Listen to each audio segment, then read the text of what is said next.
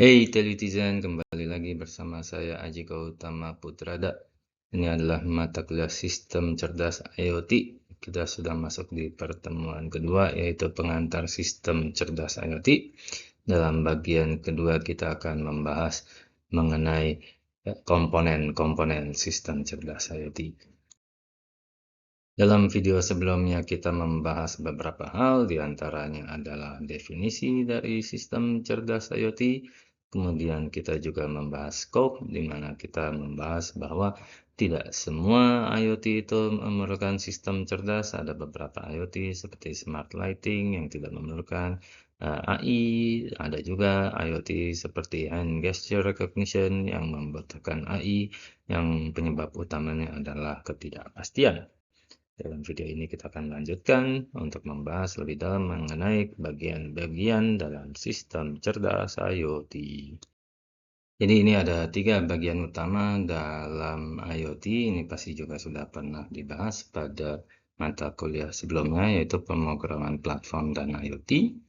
Ada bagian IoT and device, ini biasanya adalah bagian yang langsung berkaitan dengan benda di dalam IoT tersebut. Nah, biasanya tadi contohnya adalah smart lighting, maka IoT and device adalah segala perangkat yang ada di bagian lampu dari smart lighting tersebut.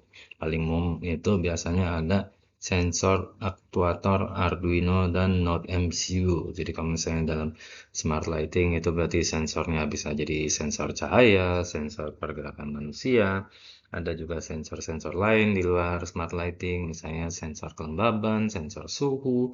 Nah, kalau misalnya kamera itu juga bisa dianggap sebagai sensor, pokoknya banyak sekali sensor. Aktuator itu bisa berupa sesuatu yang menggerakkan seperti motor, bisa juga berupa hal-hal yang menampilkan informasi seperti LCD, juga bisa berupa aktuator. Misalnya ada buzzer yang menghasilkan suara atau speaker, juga bisa berupa adalah masuk ke dalam aktuator. Nah, ini kemudian Arduino dan Node MCU itu adalah microcontrollernya.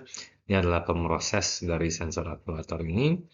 Nah, bedanya kalau Arduino Uno itu tidak ada Wi-Fi-nya, kalau Node MCU ini ada Wi-Fi-nya. Masing-masing punya kelebihan dan kekurangannya. Nah, ini bagian yang menempel di bendanya. Ini adalah bagian yang ada di cloud, yaitu IoT platform.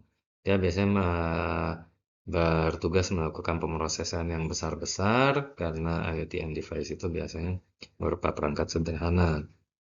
Kalau misalnya ada program-program kompleks seperti analytics, nah itu menggunakan